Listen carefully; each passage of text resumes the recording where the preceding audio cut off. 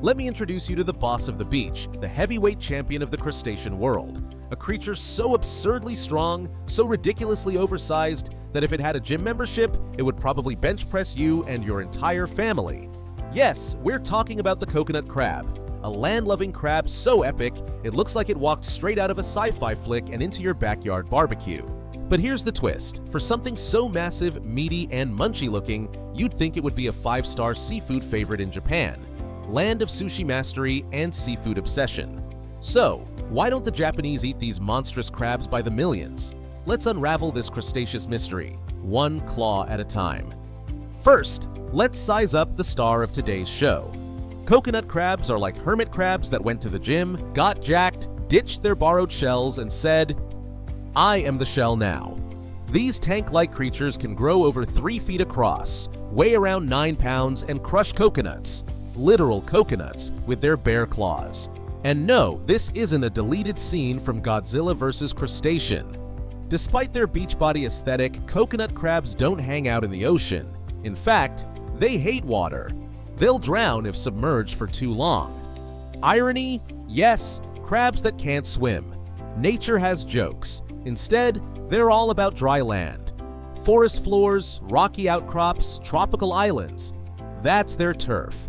They've ditched the sea life to become the world's largest land-living arthropods. And let's talk lifespan. These aren't seasonal short-timers. Coconut crabs can live for 60 years. That's longer than most rock bands stay together. Now, imagine going for a midnight snack and bumping into one of these guys raiding your garbage bin. Not only would you scream, you'd probably apologize. Coconut crabs are nocturnal, which means they hunt and scavenge after dark. They use their claws like Swiss Army knives, opening coconuts, climbing trees, stealing shiny objects, possibly plotting world domination. The usual crab things. But the real kicker? Their sense of smell. It's ridiculously sharp. These crabs sniff out food from hundreds of feet away using antennae. Think bloodhounds, but armored and hangry.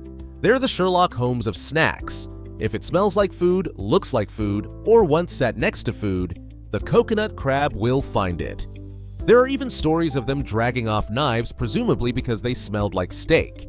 So if your camping gear mysteriously disappears on an island, it wasn't ghosts. It was a coconut crab with a taste for steak knives and drama. Let's take a moment to respect or fear the claws. In 2016, scientists in Okinawa conducted the world's most intimidating handshake experiment. They handed force sensors to coconut crabs and let them squeeze. Some of the crabs generated over 1,700 newtons of pressure. That's more force than your average dog bite, stronger than many predators, and roughly enough to crush your hopes, dreams, and a coconut in one go. A single crab was even caught on camera snapping a golf club in half. Golfers stood there stunned as the crab made its move like a villain in a Pixar movie. You call that a driver? Snap. At this point, it's safe to say, if you're thinking about poking one with a stick, maybe don't. Now for the darker side of coconut crab lore. Yes, darker than golf club assassinations. Some researchers believe that these crabs may have played a role in one of history's biggest mysteries, the disappearance of Amelia Earhart. The theory goes that she crash-landed on Nikumaroro Atoll, home to many coconut crabs. A partial skeleton found there in 1940 might have been hers, and in 2007, scientists ran an experiment. They left out a pig carcass to simulate what might have happened. Within days, the crabs stripped it clean and scattered the bones. I mean, if crabs could commit crimes, this would be a CSI episode waiting to happen. They don't just crush coconuts, they're cleanup crews with claws. So here's the burning question. With all that meat, why aren't coconut crabs a global delicacy? Well, they are eaten in some places, grilled, curried, even roasted whole. But in Japan, not so much. And it's not because they taste bad. In fact, they taste fine. Kind of like a regular crab, but with less jazz. The real reason is conservation. Coconut crabs are listed as vulnerable by the International Union for Conservation of Nature. Their numbers are dwindling due to over-harvesting and shrinking habitats.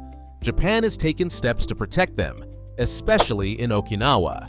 Since 2014, parts of Miyako Island have been declared coconut crab sanctuaries, with a 20-year ban on capturing them. So, unless you plan on waiting until 2034, you'll have to keep coconut crab off the menu, at least legally. Now, Japan's coconut crabs may be rare, but in other places, crabs are straight-up traffic hazards. Welcome to Christmas Island, where every November, millions of red crabs swarm the roads. Locals don't even flinch. They just rake the roads, build crab bridges, and carry on like it's normal to commute alongside a crustacean convoy. To protect the crabs and drivers, they've even built overpasses, yes, literal crab bridges, and 31 underground tunnels.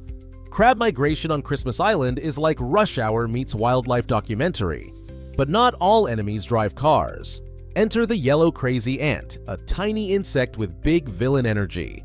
These ants form super colonies and wipe out millions of red crabs using formic acid, which blinds and dehydrates the poor crabs. Suddenly, that crab bridge doesn't seem so excessive.